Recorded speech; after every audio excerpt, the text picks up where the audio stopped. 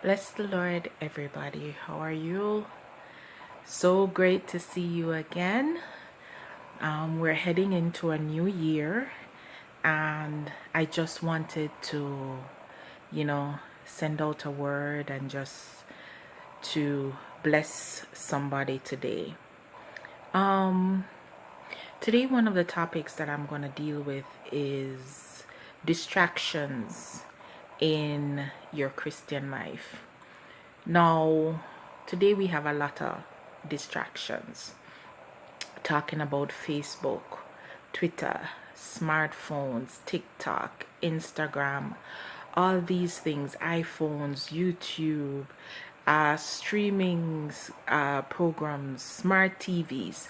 There are just so many distractions that can take you away from some of the more important things in your Christian life. Now, to make it worse for me, I work with computers and software and technology on a daily basis. I'm surrounded by computers every day, working with multiple devices. And I find that, it makes it easier for me to learn new programs and software, but it gets in the way sometimes for me spending quality time, and then I'm captivated by social media in terms of the advancement of technology and some of these things that they have. For me, I waited, a good long while before I joined things like Facebook, Instagram, and all of this. And mostly you will see that I use it in terms of, sharing a word here and there. But I've learned in this time not to spend too much time on social media. And it requires that I practice a lot of restraint. And one of the things I do is to take off the notifications on my phone. So my phone won't be blowing up with notifications every time somebody comes on. And I have taken off a lot of these social media apps from off my phone. So I realized that I'm no longer programmed to pick up my phone every time somebody sends a message or something like that. I might check it once a week. It depends what is going on. If I am practicing a Facebook fast or something like that, a social media fast, then it might be months, weeks before I even touch or go on social media. But one of the benefits of these things is that it allows for us to get into contact with people that we might not have spoken to for many years, but we still, even though that is beneficial, we still need to be careful. We still need to make quality time for reading the Bible, for praying, for fasting. One of the biggest tools of distractions, especially when it comes to unproductive behavior, is Facebook. And might be now for the newer generation, might be TikTok or Instagram and these reels and videos. And a lot of businesses, what they have done is actually blocked these applications from their servers at the workplace, and you can't access these sites because they've realized that employees spend hours on these applications. Now, if these companies are having such a problem, can you imagine the impact it is having on us? Can you imagine what God, Jesus, and the Holy Spirit is facing, that people are spending less and less quality time with God?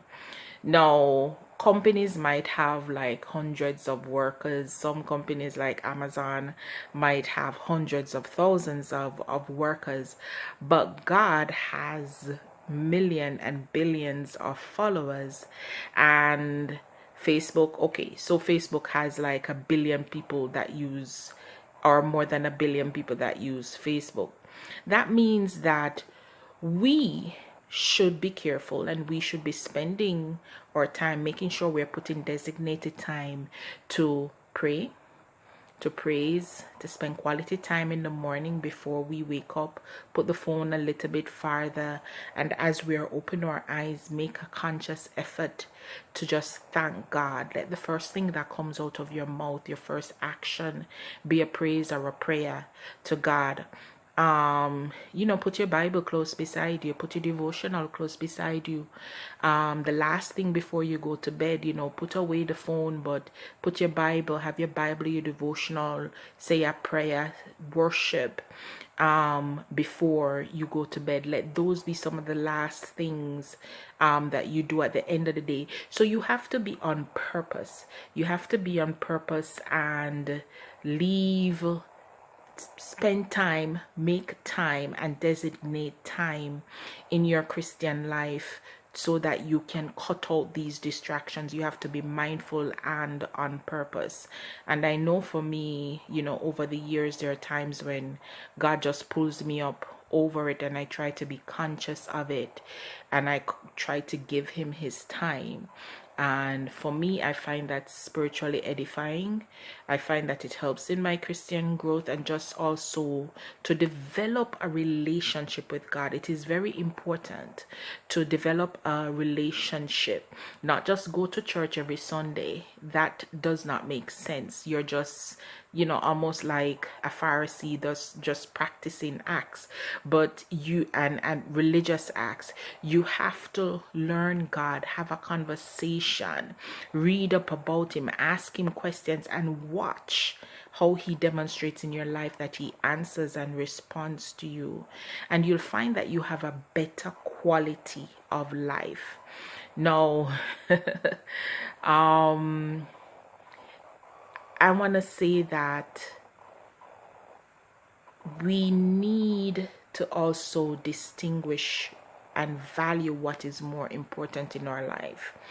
If at the end of the day, or at the end of our lives rather, we die, what is it that we're going to say to God when we go to the judgment before him, whether we're going one direction or the next, and he says, so you spent like 700 hours on Facebook, you spent like 7,000 hours on Twitter, and 20,000 hours on Instagram, but you only spent 1 hour sharing the gospel.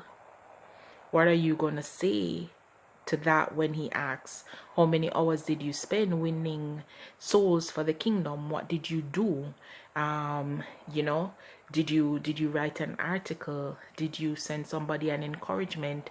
Did you send somebody a Bible? Did you contribute and tithe or support a ministry?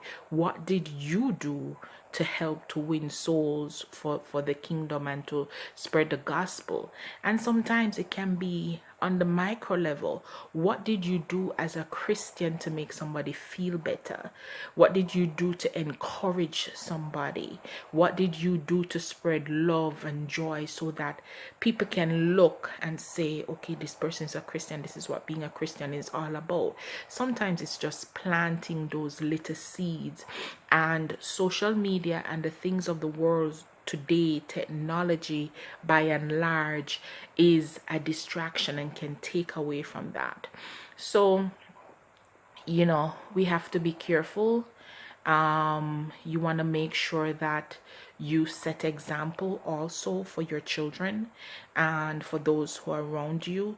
You want to make sure that you are on purpose about it. You want to make sure that you put technology aside. It has its place and it has its time, but you and I need to make time to have a quality relationship with God. And sometimes it can be more beneficial, or it can be easier for you if there's somebody to hold you accountable. If you're in a relationship, ask your husband or your wife, or ask your parent or a friend to check in with you and to hold you accountable. Whether your prayer partner, having prayer partners is good as well, so these persons can hold you accountable and you can talk and say, they can do checkups, and you can be that and do that for somebody else as well.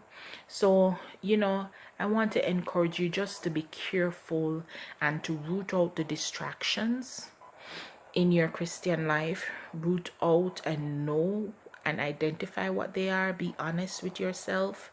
It is benefiting you, right? We're not talking about somebody else now. The acts that you do might benefit somebody else, but we're talking about intrinsically how it will benefit you both physically and spiritually. So that is what I wanted to share with you today, and to encourage you, to seek God, to be encouraged no matter what you are going through. May the Lord God be with you and bless you. You can visit my website, Revealing the Christian Life Ministry.